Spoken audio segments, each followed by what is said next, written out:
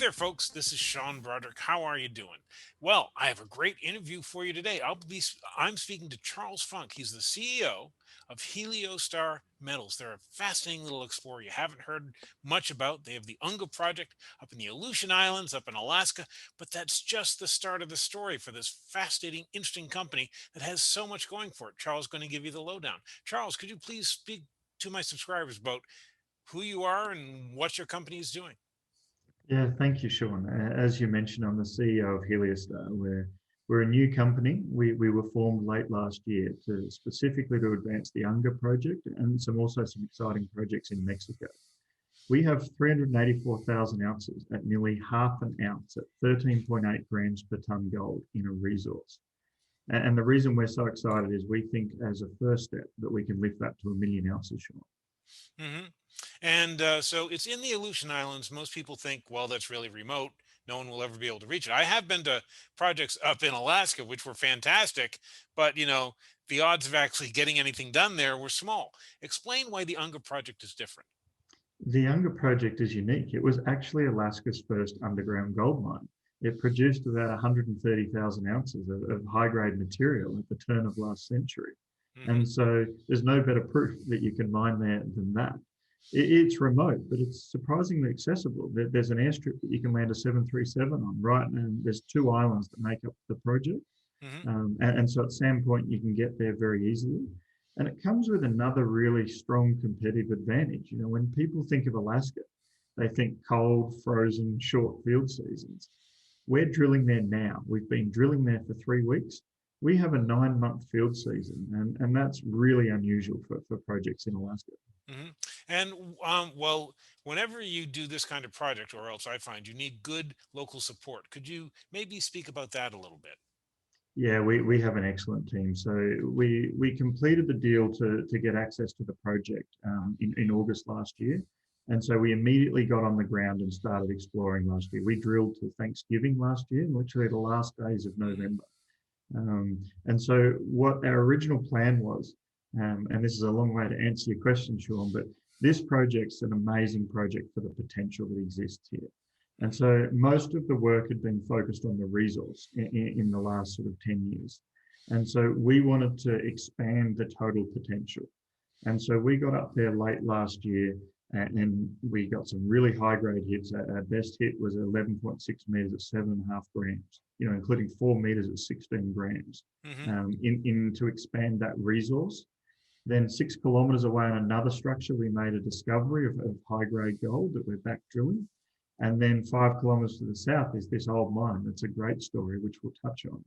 And Um, so late last year, we showed that this isn't just a small project, that this is a district scale opportunity. And so we built those local relationships and we have great support from our teams in Alaska. And so that's allowed us to really hit the ground running this year. And we'll be one of the first companies with results in late June, early July. Most companies will only be starting at that time of year this year. hmm And when you say you have a 4 meters of 16 grams, you're speaking gold. So that's actually quite a lot of gold there. This is an incredibly high grade project. The grade and the scale is what attracts us. Yeah, the deepest hole in the resource is 5.5 meters at 23 grams per ton gold. No one's ever drilled underneath it. It's incredible. hmm So does this look like it would be an underground project or an open pit project? It looks more likely it would be an underground project. These kind of systems lend themselves with these excellent widths. Our best hole is 17 meters at 24 grams per ton gold. hmm So this would be a very high margin underground mine. It was an underground mine 120 odd years ago. So that's the logical next step for us. Okay. Well, the Unga project isn't the only project you guys have. Could you maybe speak to that a little bit? Yeah, my background is involves a long history in Mexico as well. And so, in fact, most recently last year, I was the VP of exploration for Vizsla. I'm still a director, and that company went from $20 million to today short of 300 million market cap on a discovery in exactly the same style of veins that we're exploring in Unga. And so having that knowledge of Mexico allowed us to pick up some earlier stage, but very attractive projects in Sonora. Very close to Silvercrest ground, very close to Silver Tiger or First Majestic Santa Elena mine. Hmm. And so we've completed a drill program at La Lola that we're waiting for results. And we've got some other grounds, just fantastic surface results. Oso Negro up to 2.5 kilos gold, up to 100 grams silver on surface. Never been drilled, and we'll have some news from that shortly. So Um, wait, so you're saying this is outcropping right at the surface with those high grades? Never been drilled. Wow. We know that part of the world incredibly well, and so that allowed us to get some great projects there. We think they've got great potential. They're just a bit earlier stage than what we've got at Unga, but if if you're looking at investing in Heliostar, come and have a look at our website, or have a look. We're HSTR on the venture exchange. We're HSTXF on the OTC. Happy to sort of give you a bit more detail because, to use a Canadianism, we have a lot of shots on goal, a lot of catalysts coming up over the next few months, principally with Unga. But there's almost a free warrant in what we have in Mexico. We've got the veins directly along strike from Silvercrest's new project. They're drilling with 3 rigs, and we'll have some news on our surface work from that shortly as well. Oh, well, great. Well, my subscribers certainly know Silvercrest and they know First Majestic. So that's a nice area of Mexico to be working in. Um, let's talk about the corporate structure a bit. You guys have some nice friends with deep pockets, right? I mean, who has invested in the company?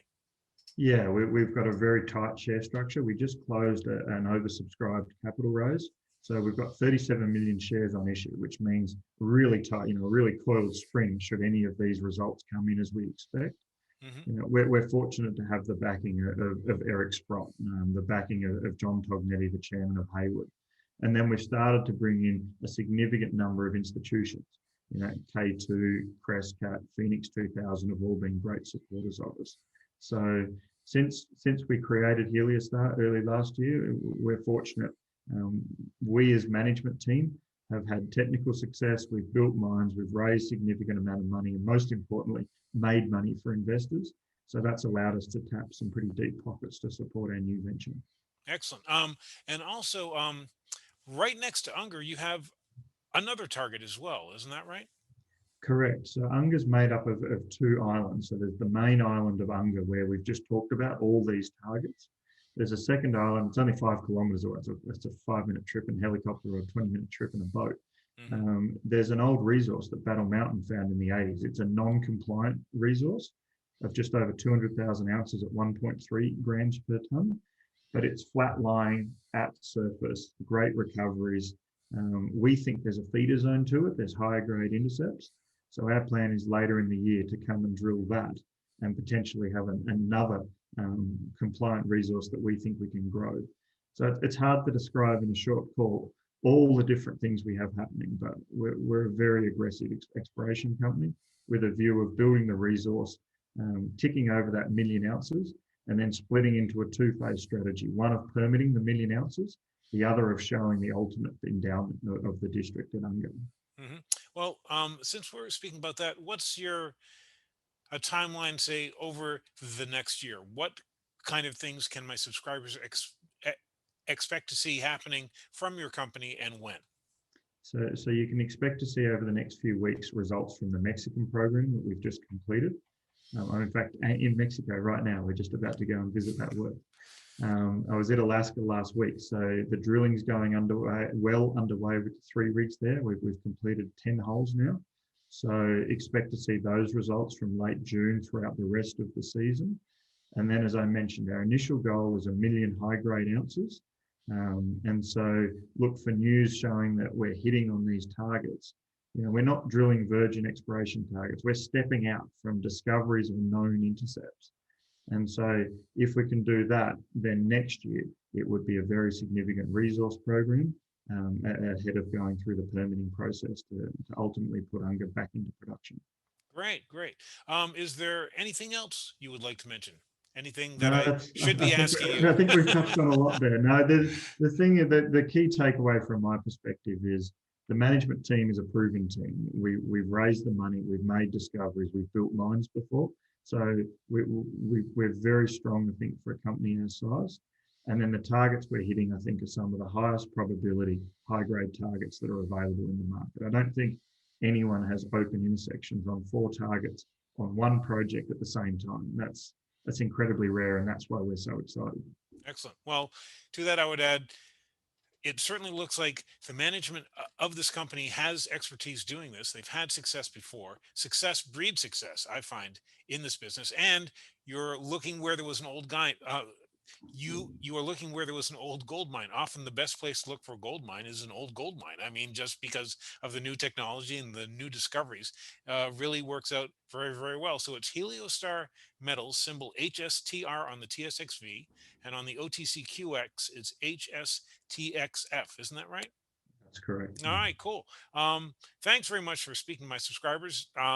I appreciate you coming on. We'll be watching your company with interest because these are some great high grade discoveries. And the beautiful thing about high grade is it really helps a lot. You know, it helps a lot, and you also have good local support. They want those jobs. You have a nice deal going on there. It's not bitterly cold. You actually have access. There's a lot going on for it. So we definitely have to watch this company and see what happens. Thank you very much for joining us. Thanks very much, Sean. Looking forward to delivering. All right. Thanks.